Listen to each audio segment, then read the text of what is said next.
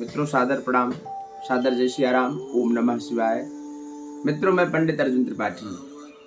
1 मार्च को महाशिवरात्रि पर्व पड़ रहा है। शिवरात्रि क्यों मनाई जाती है इसके बारे में आपको बताना चाहता हूँ।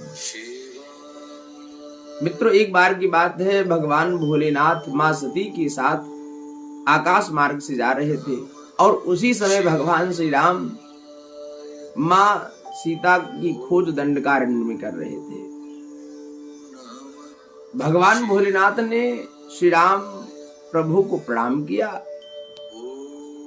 माँ सती के मन में शंका हो गई कि भोलेनाथ जिसे प्रभु कह करके प्रणाम कर रहे हैं वह अग्नि की भांति, वह श्री राम प्रभु अग्नि की भांति अपनी पत्नी को खोज रहा है, वो ब्रह्म कैसे हो सकता है। माँ सती के मन में शंका हुई। भगवान भोलेनाथ ने समझाया। जब माँ सती नहीं समझती है तो भगवान भोलेनाथ ने कहा देवी जाकर के तुम परीक्षा ले लो। माँ सती जाती हैं और दंडकारण्य में जिस रास्ते से भगवान श्री राम माँ जानकी को खोज रहे थे उसी रास्ते पर माँ सती ने सीता का वेश बना लिया। भगवान श्री राम ने जब सीता के वेश में माँ सती को देखा, माँ कह करके प्रणाम किया और पूछा कि भोलेनाथ कहाँ हैं।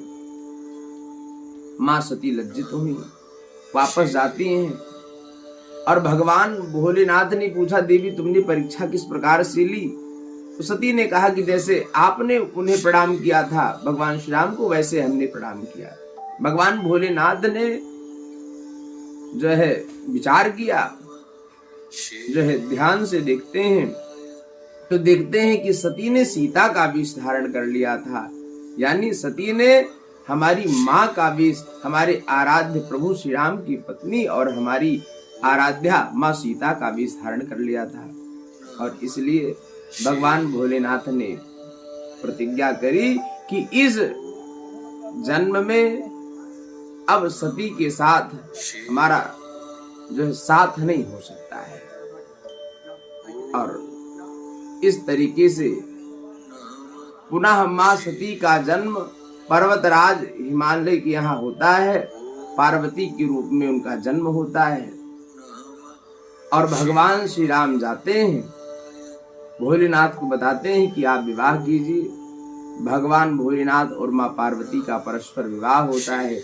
जिस दिन भगवान भोलेनाथ और पार्वती का विवाह हुआ उस दिन फाल्गुन कृष्ण पक्ष था और महाशिवरात्रि थी। इस कारण से भगवान का विवाह होने के कारण से यह महाशिवरात्रि पर्व मनाया जाता है। और दूसरी कथा यह है कि एक बार भगवान विष्णु और भगवान ब्रह्मा दोनों आपस में लड़ने लगे कि ब्रह्मा जी कहते हैं मैं श्रेष्ठ हूँ, विष्णु भगवान कहते हैं मैं श्रेष्ठ हूँ। दोनों लड़ने लगे तो तभी स्तंभ के रूप में भगवान भोलेनाथ प्रकट होते हैं। एक स्तंभ प्रकट हुआ और ब्रह्मा और विष्णु ने निर्णय लिया कि जो एक इस स्तंभ के आदि को ढूंढ करके लाए, और विष्णु भगवान जो है अंत को ढूंढने के लिए जाते हैं।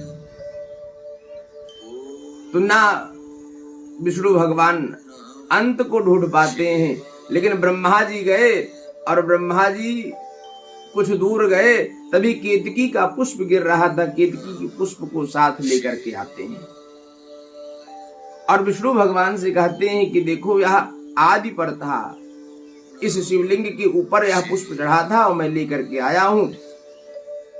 और जो है ब्रह्मा जी अपने आप को श्रेष्ठ बताने लगे। तभी भगवान भोलेनाथ वहां पर प्रकट हो जाते हैं और केतकी पुष्प को श्राप देते हैं कि तुमने झूठ बोला। केतकी पुष्प को श्राप दिया कि तुमने झूठ बोला, ब्रह्मा जो है ब्रह्मा के कहने पर तुमने झूठ बोला और श्राप दिया कि केतकी के पुष्प तुम्हारे द्वारा हमारी पूजा नहीं होगी।